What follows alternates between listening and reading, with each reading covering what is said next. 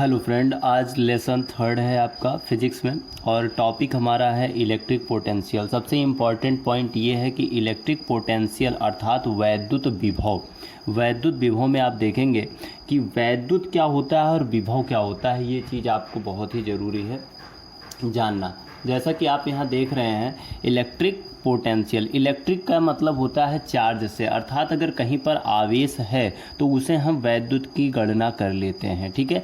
लेकिन विभव क्या है? वैद्युत विभव, विभव वह होता है जो उसमें कार्य का उत्तरदायित्व रखता है। अर्थात जैसे एक अप्लाइड फोर्स अगर ना हो तो कोई भी पार्टिकल एक स्थान से दूसरे स्थान पर नहीं जाता, उसी प्रकार से आवेश तभी मूव करेंगे जब उसमें विभव होगा। अर्थात विभव ही वह है जो फोर्स के रूप में एक तरीके से कार्य करता है, जिससे चार्ज एक स्थान से दूसरे स्थान पर कन्वर्ट होते हैं या आगे बढ़ते हैं। तो चलिए देखते हैं कि क्या और किस तरीके से ये एक दूसरे से संबंध रखते हैं, ठीक है।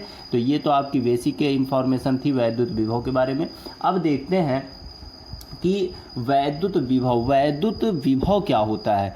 वैद्युत क्षेत्र में किसी बिंदु पर वैद्युत विभव, ठीक है, वैद्युत क्षेत्र में कह रहा है, अर्थात कहने का मतलब है कहीं पर प्लस क्यू चार्ज होगा आपका और तो उसके चारों तरफ क्या हो जाएगा? वैद्युत क्षेत्र हो जाएगा।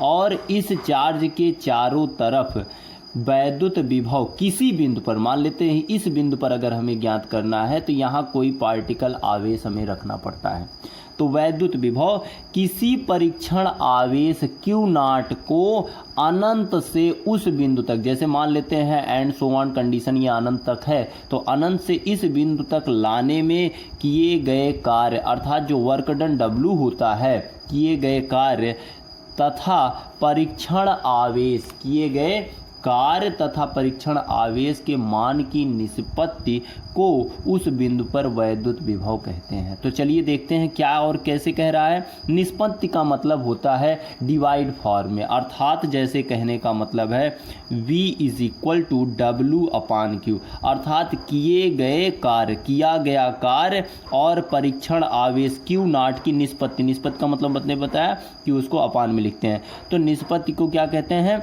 वैद्युत विभव, जिसको डिनोट करेंगे V से डिनोट कर देंगे। अतः इसका जो मात्रक बनेगा वो क्या बनेगा? यहाँ से आप देख सकते हैं W का मात्रक जो होता है वो जूल होता है और Q नॉट अर्थात कोई भी आवेश है तो उसका मात्रक कूलाम होता है, अर्थात जूल प्रति कूलाम इसका मात्रक हो जाएगा। एक और मोटी बात बहुत ही एग्जाम में पूछी जाती है, इंपॉर्टेंट है, वो है जूल प्रति कूलाम, या इसी को हम कहते हैं वोल्ट।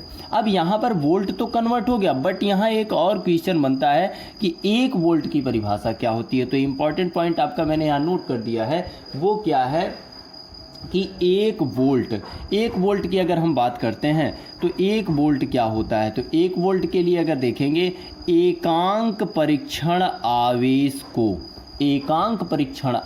को वैद्युत क्षेत्र में, ठीक है, प्लस क्यू चार्ज में अनंत से लाने में 1 जूल कार्य हो, तो अनंत से लाने में कितना कार्य हो?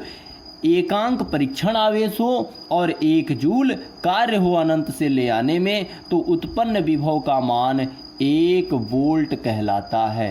1 वोल्ट कहलाता है। बात क्लियर है? आगे बढ़ते हैं।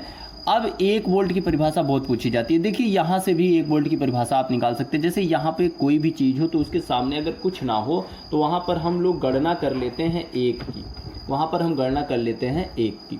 अगर हम यहाँ 1 की गणना कर लेते हैं तो 1 वोल्ट कैसे बनेगा? 1 वोल्ट आपका बनेगा अगर ये जो वर्क है, कार्य है, ये कितना हो? 1 जूल हो, 1 जूल हो जाए और आवेश कितना हो जाए? 1 कूलाम हो जाए, तो 1 जूल प्रति कूलाम ही क्या कहलाएगा? 1 वोल्ट कहलाएगा। कितना आसान तरीका है आपको याद करने का, ठीक है। तो आप लेकिन जब परीक्षा में इसको डिफिनीशन फॉर्म में लिखेंगे तो वहाँ पे लिखेंगे एकांक परीक्षण आवेश, ये परीक्षण आवेश कैसा हो?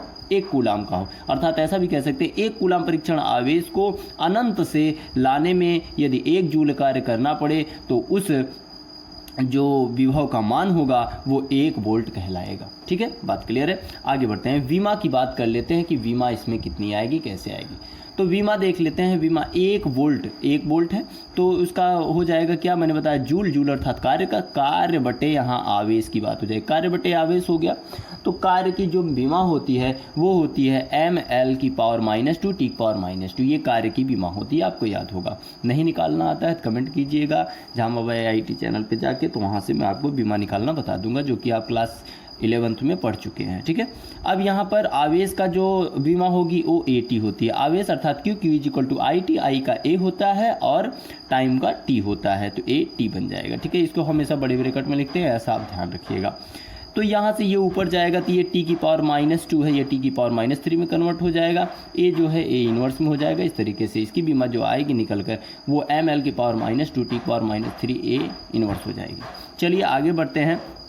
अब इसी के सहारे, जैसे ये तो था आपका वैद्युत विभव, लेकिन अब है वैद्युत विभव के रूप में ही हम ज्ञात करेंगे विभवांतर। जैसे वैद्युत विभव किसी एक बिंदु की बात थी, अब अगर दो बिंदुओं के विभव में हम अंतर ज्ञात कर लें तो उसे कहेंगे वैद्युत विभवांतर। ठीक है, विभवांतर, इलेक्ट्रिक पोटेंशियल डिफरेंस बोलेंगे।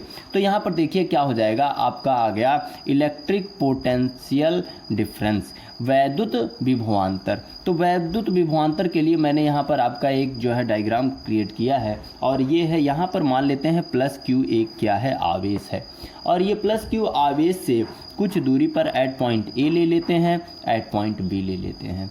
एट पॉइंट A और B को हम देख लेते हैं। तो अगर यहाँ पर मान लेते हैं कोई परीक्षण आवेश Q0 है तो उस पर अप्लाइड फोर्स बाहर की तरफ हमने ले रखा है। ठीक है, प्लस चार्ज के कारण प्लस मान लिया गया है सब।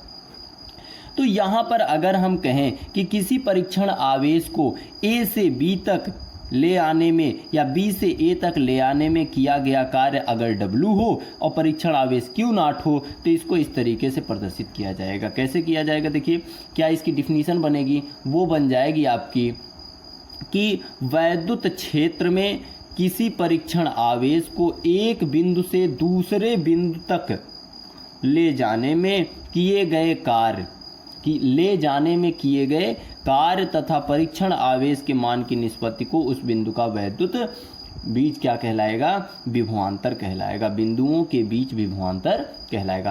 किन किन बिंदुओं के, A और B के बीच में कहा जा रहा है, अर्थात यहाँ से क्या हो जाएगा, देखिए VAB किसके बीच का विभवांतर, A और B के बीच का विभवांतर, इस तरीके से डिनोट किया जाता है। हो जाएगा VA माइनस VB = W/Q0, अर्थात ये हो जाएगा कि A और B के बीच में एक बिंदु A हो गया है, दूसरा बिंदु B हो गया, दोनों बिंदुओं के जो है दूसरे बिंदु तक ले जाने में, A से B तक ले जाने में किए गए कार्य तथा परीक्षण आवेश की निष्पत्ति, अर्थात कार्य हो गया W, आवेश हो गया Q0, इसका जो अपान हुआ वो हो गई निष्पत्ति। इस तरीके से ये आ गया आपका VAB। और यह कैसी राशि है, यह एक अदिश राशि है। इसकी जो हम लोग बात करें अगर कि इसकी बीमा क्या होगी, तो बीमा वही होगी जो वैद्युत विभव की होगी। इसका मात्रक क्या होगा, मात्रक वही होगा जो आपका वैद्युत विभव का होगा। तो आप लोग इसको ध्यान से पढ़ लीजिएगा, इस पे सवाल अब लगा लीजिएगा, बहुत इंपॉर्टेंट है, अवश्य एग्जाम में आता है। और साथ ही साथ जो है इसके बाद हम अगला टॉपिक आपका कार्य और वैद्युत विभव और आवेश के रूप में गणना करेंगे, तो उसको आप लोग घर पे थोड़ा अध्ययन कर लीजिएगा। यहाँ शॉर्ट नोट में मैं आपको बता देता हूँ कि अगर मैं यहाँ पर वो भी बात कर लूँ कि यहाँ कार्य और आवेश विभव में क्या रिलेशन होता है, तो देखिए रिलेशन यहाँ से W आप इजली निकाल सकते हैं, W Q0 यहाँ पर है, इसका हम VAB से गुणा कर दें, अर्थात हो जाएगा VAB मल्टीप्लाई में हो जाएगा, ये क्या हो जाएगा, Q0 हो जाएगा। यहाँ डॉट यूज कर देते हैं, ठीक है ना, ये हो जाएगा। तो यहाँ से जो ये कार्य है वो कार्य भी हम यहाँ से निकाल सकते हैं। कार्य क्या हो जाएगा, जो वैद्युत विभव है और जो आवेश है उसके गुणनफल को हम यहाँ पर कार्य की संज्ञा दे सकते हैं। तो इस तरीके से यहाँ पर आप लोग कार्य का मान निकाल सकते हैं, और इस तरीके से आप इसका नोट बना लीजिए और लेसन 3 में इसके बाद न्यूमेरिकल इस पे आधारित जो है उसको करते रहिए। लास्ट में हम आपको जो कमेंटेड न्यूमेरिकल होंगे, जो आपको प्रॉब्लम होंगे, नहीं आ रहे होंगे, उसको हम सॉल्व कर देंगे। ठीक है, थैंक यू वेरी मच।